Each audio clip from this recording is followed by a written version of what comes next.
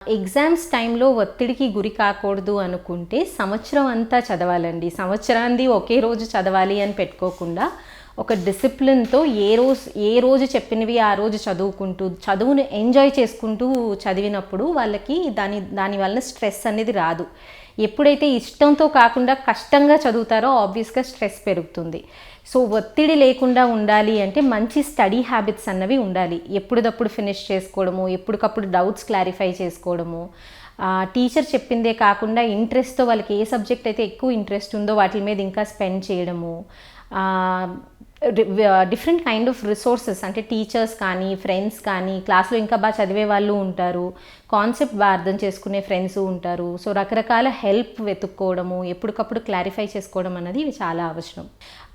Exams ముందు పిల్లలకి ఇచ్చే టిప్స్ ఏంటి అంటే చాలామంది నైట్ అవుట్లు, సంవత్సరం సిలబస్ అంతా ఒకేసారి చదివేద్దాము ఇవన్నీ చేస్తుంటారు.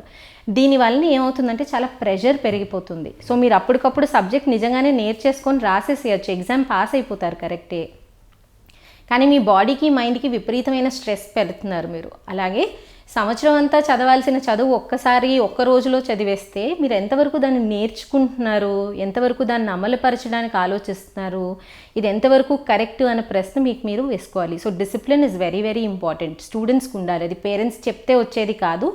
మీ అంతటా మీరే డిసైడ్ చేసుకొని ఎలా చదవాలి అన్నది ప్లాన్ చేసుకుంటే అది బెటర్గా ఉంటుంది. ఇంకొకటి, నైట్ అవుట్స్ ఖచ్చితంగా చేయకండి. మంచి నిద్ర అన్నది చాలా అవసరం. ఎంత హాయిగా పడుకుంటారో అంత ప్రశాంతంగా లెగుస్తారు, మంచిగా వెళ్ళి ఎగ్జామ్ రాసుకొని వస్తారు.